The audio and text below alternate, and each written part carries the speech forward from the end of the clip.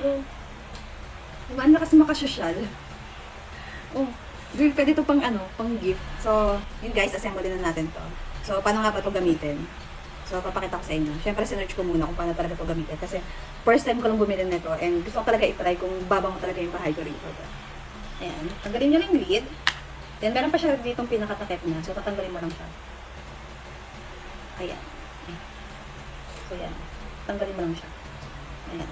So, pag natanggal na, balik mo ulit yung pinakatakip niya. Then, ilalagay mo lang itong apat na. Ang maganda lang din dito, guys.